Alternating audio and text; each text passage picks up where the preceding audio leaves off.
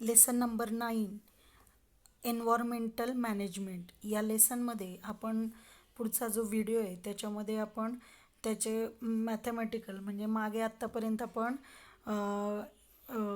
Weather and climate याच्याविषयी आपण थोडी माहिती घेतली. त्याच्यानंतर त्याचे कशा पद्धतीने या वेदरचं साह्याने आपण मान्सून मॉडेल कसे तयार केले, क्लायमेट प्रेडिक्टेशन हे कशा पद्धतीने झालेले हे आपण पाहिलं.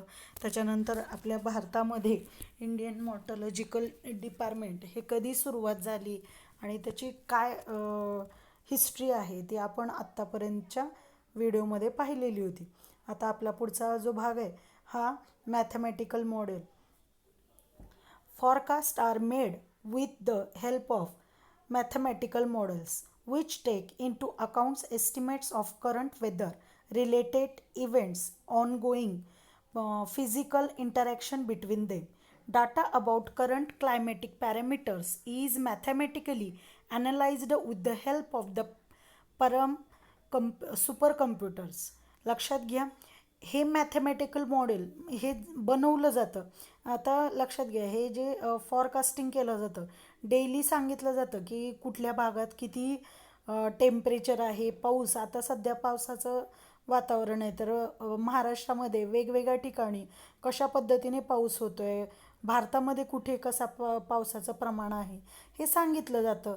तर हे सांगताना त्याचं मॉडेल्स तयार केले जातात. लक्षात घ्या, आणि हे मॉडेल्स डेली करंट जे वेदरचं फॉरकास्टिंग आहे ते त्याच्यावरून सांगितलं जातं आणि त्याच्यामध्ये data about current climatic parameters म्हणजे डेली जे क्लायमेटचं हे घडतं आहे म्हणजे बदल जो घडतो आहे तो त्याच्यामध्ये मॅथमॅटिकली म्हणजे त्याचं जसं की आलेख तयार करतो ना आपण तशा पद्धतीने ते तयार करून सांगितलं जातं आणि ह्याच्यासाठी मदत घेतली जाते परम सुपर कम्प्युटर. हा आपल्या महाराष्ट्रामध्ये पुण्या ठिकाणी तो तयार केलेला होता परम आणि खूप मोठा म्हणजे ॲक्टिव्ह आणि सगळ्यात जास्त असा तो काम करतो आहे अशा पद्धतीने आहे.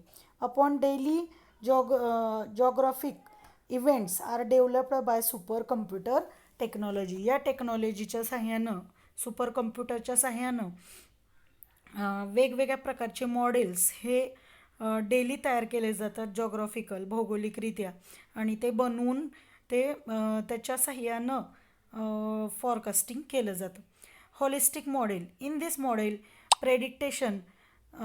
predictions are based upon those parameters used in other models which have greatest effect on the monsoon. Nowadays, predictions declared by IMD, Indian Monsoon Department, are the collective outcome of various models. This is called holistic model.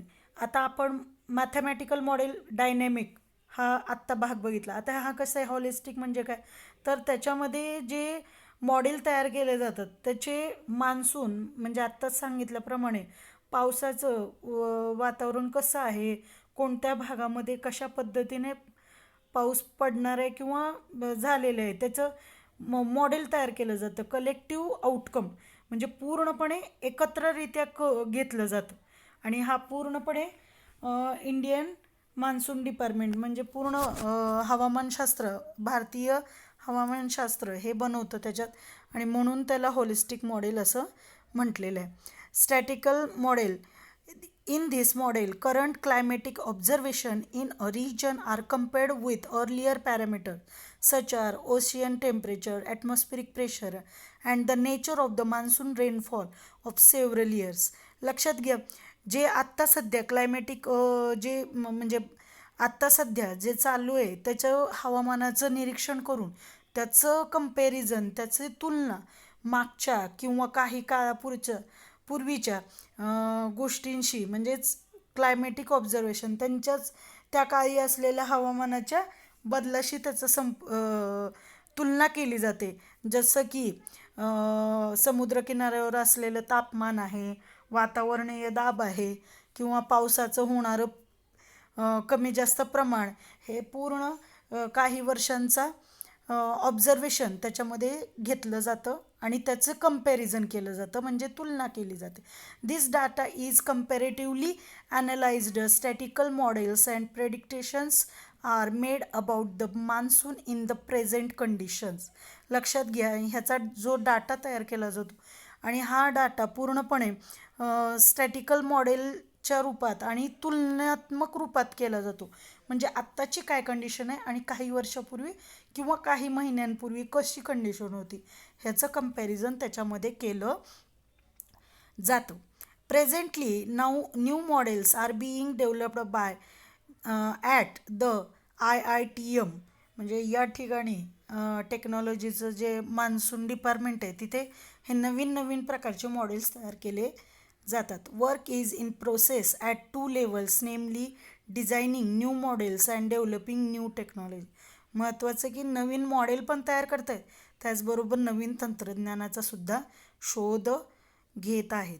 The main focus is on developing of the radar system and satellite technology. ही जी radar system आहे आणि satellite कृत्रिमरित्या तयार केलेले जे उपग्रह आहेत ह्या तंत्रज्ञानाचा त्याच्यामध्ये वापर केला जातो, याच्यावर जास्त फोकस सध्या आहे, लक्ष केंद्रित आहे. ऑलवेज रिमेंबर हा भाग इथेही कट केलेला आहे.